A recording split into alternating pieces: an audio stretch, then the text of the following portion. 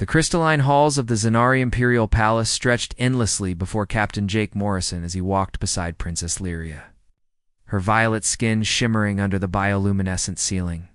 He had been on this alien world for 3 weeks now, serving as the human ambassador to a species that found his kind both fascinating and utterly confusing. Lyria stopped abruptly, her 4 eyes narrowing at him with that peculiar intensity that made his heart race. She was beautiful by any standard, humanoid enough to be familiar, yet alien enough to be mesmerizing. Her long silver hair floated around her shoulders as if suspended in water, and her willowy frame moved with a grace that seemed to defy physics.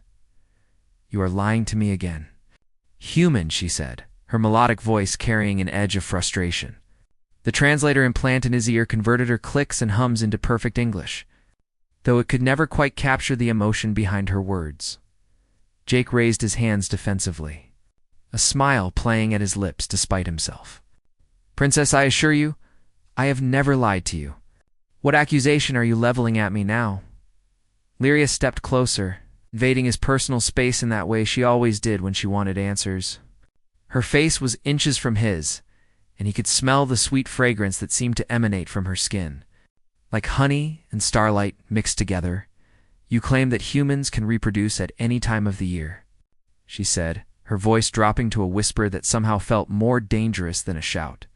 "That there is no breeding season, no sacred time when your bodies become fertile. This is impossible. Every intelligent species in the known galaxy follows the celestial cycles. You are either ignorant of your own biology, or you are deliberately deceiving me." Jake took a step back, trying to maintain some semblance of diplomatic composure. "It is the truth, Princess. Humans do not have a breeding season. We can conceive children in any month, any season. Our biology does not follow the patterns you describe." Her hand shot out, gripping his arm with surprising strength. The touch sent an electric jolt through him, and he wondered if she felt it too. Her eyes searched his face, looking for any sign of deception. "Prove it," she demanded. Jake felt his face flush. "I am not sure what kind of proof you are looking for, Princess. This is basic human biology. Perhaps if you consulted our medical databases—" "No," Lyria interrupted, releasing his arm and turning away. Her shoulders were tense. He could see the flutter of the delicate gill-like structures on her neck that indicated agitation. "I have studied your databases extensively. They all say the same thing, but it makes no sense. How can a species survive without the discipline of a breeding season? How do you control population?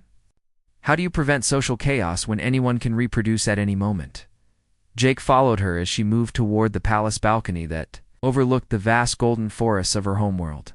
The twin suns were setting, painting the sky in shades of purple and orange that Earth had never seen. "We do not control it in the way you describe," he explained patiently. "Humans make individual choices about when to have children. We use various methods to prevent conception when we do not wish to reproduce, and when we do, well, timing can be important, but the opportunity is always there." Lyria whirled on him, and for a moment he saw genuine confusion in her expression. Vulnerability beneath the royal mask she usually wore? "On my world, Captain Morrison, the breeding season comes once every 3 years. During that time, our bodies change. Our minds focus on one purpose. It is sacred. It is controlled.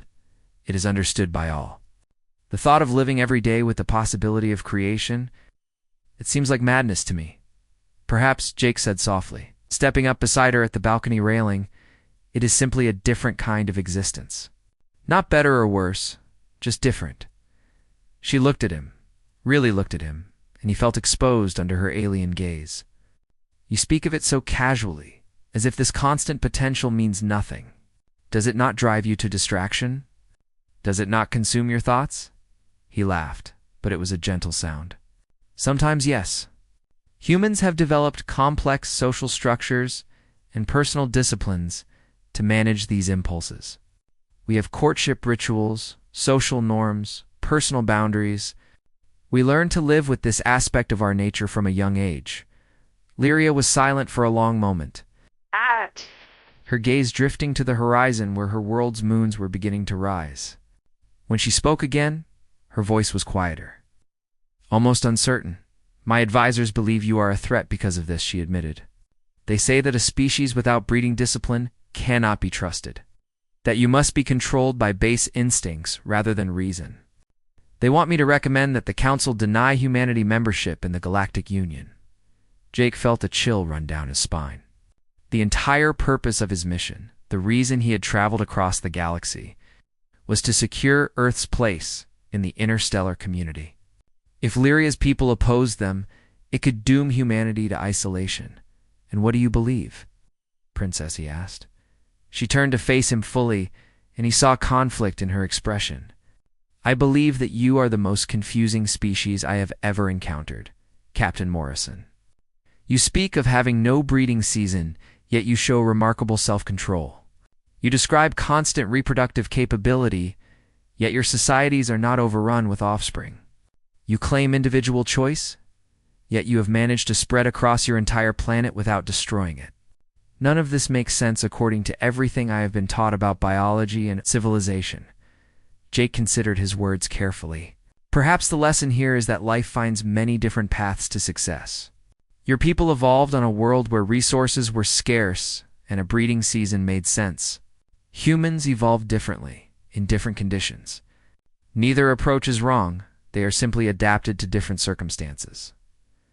Show me, Lyria said suddenly. Jake blinked. Show you what your world, your people.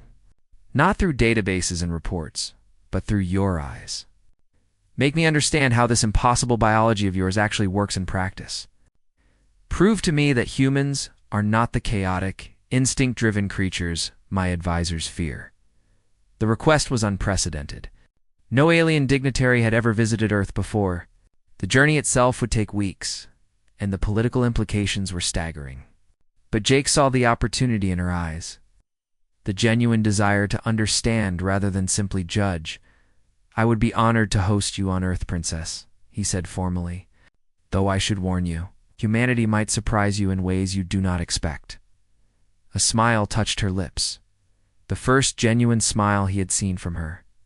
I am counting on it, Captain. The journey to Earth was indeed long, but it gave Jake and Lyria time to talk, really talk, about their respective species. She told him about Zanari courtship, how it took years of careful evaluation before two people were allowed to bond. How the breeding season was a time of both celebration and strict regulation, ensuring that every child born was wanted and could be properly cared for. In turn, Jake explained human concepts like dating, marriage, divorce.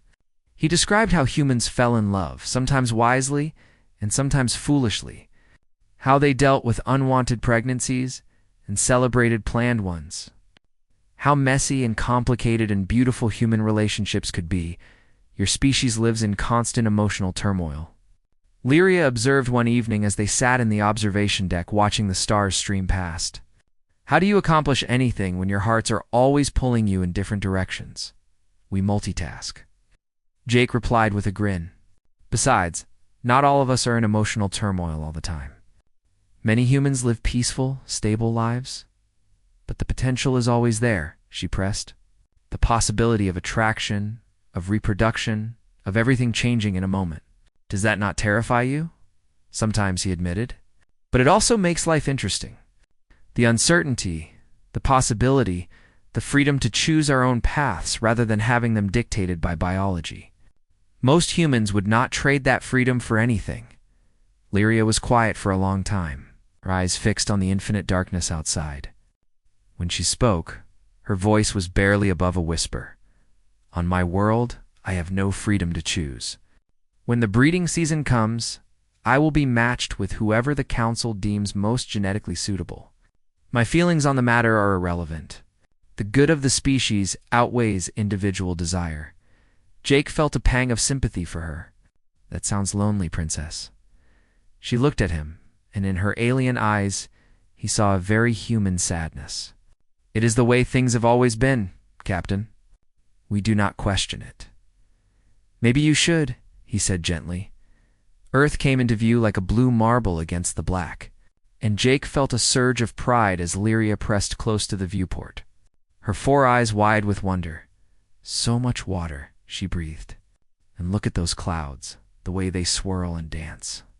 Your world is alive in a way I have never seen."